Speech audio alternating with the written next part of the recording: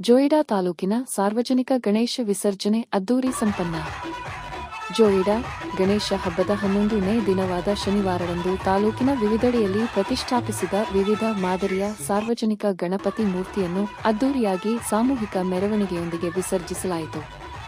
ತಾಲೂಕಿನ ರಾಮನಗರದ ಕೇಂದ್ರ ಸ್ಥಾನದಲ್ಲಿ ಸಾರ್ವಜನಿಕ ಗಣೇಶೋತ್ಸವ ಸಮಿತಿಯವರು ಮತ್ತು ಜೋಯಿಡಾದ ಬಸ್ ನಿಲ್ದಾಣದ ಹತ್ತಿರ ಜೈ ಮಲ್ಹಾರ ಫ್ರೆಂಡ್ಸ್ ಕ್ಲಬ್ ವತಿಯಿಂದ ಕುಂಬಾರವಾಡದಲ್ಲಿ ಪ್ರತಿಷ್ಠಾಪಿಸಿದ ಸಾರ್ವಜನಿಕ ಗಣಪತಿ ಮೂರ್ತಿಗಳನ್ನು ಶ್ರದ್ಧಾ ಭಕ್ತಿಯೊಂದಿಗೆ ಮೆರವಣಿಗೆ ಮೂಲಕ ವಿಸರ್ಜಿಸಲಾಯಿತು.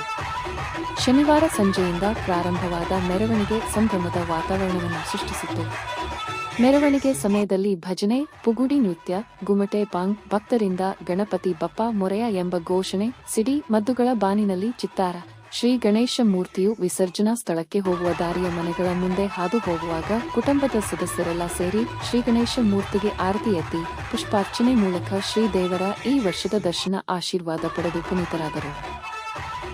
ಈ ಎಲ್ಲಾ ದೃಶ್ಯವನ್ನು ಕಣ್ತುಂಬಿಕೊಳ್ಳಲು ಸ್ಥಳೀಯರಲ್ಲದೆ ವಿವಿಧ ಕಡೆಯಿಂದ ಹೆಚ್ಚಿನ ಸಂಖ್ಯೆಯಲ್ಲಿ ಜನರು ಜಮಾಯಿಸಿದ್ದರು. ಸಾರ್ವಜನಿಕ ಗಣೇಶೋತ್ಸವದಲ್ಲಿ ಧಾರ್ಮಿಕ, ಸಾಂಸ್ಕೃತಿಕ, ಹರಿಕೀರ್ತನೆ, ಭಜನಾ, ತಿಂಡಿಗಳ ತಯಾರಿ, ನೃತ್ಯಗಳ, ಗುಮಟೆ ಪಾಂಗ್, ಆರತಿ ಹಾಡುವುದು, ಆಟೋಟ ಸ್ಪರ್ಧೆಗಳು, ರಸಮಂಜರಿ ಕಾರ್ಯಕ್ರಮ, ಅನ್ನ ಸಂತರ್ಪಣೆ ಸೇರಿದಂತೆ ಇನ್ನೂ ಅನೇಕ ಕಾರ್ಯಕ್ರಮಗಳನ್ನು ಹಮ್ಮಿಕೊಂಡಿದ್ದರು. ಮಳೆಯ ಆರ್ಭಟ ಕೊಂಚ ಕಡಿಮೆಯಾಗಿದ್ದರಿಂದ ಭಕ್ತರಲ್ಲಿ ಉತ್ಸಾಹ ಹೆಚ್ಚಿತ್ತು. ಆರಕ್ಷಕ ಇಲಾಖೆಯ ಅಧಿಕಾರಿಗಳು, ಸಿಬ್ಬಂದಿಗಳು ಸೂಕ್ತ ಬಂದೋಬಸ್ತ್ ಮಾಡಿದ್ದರು.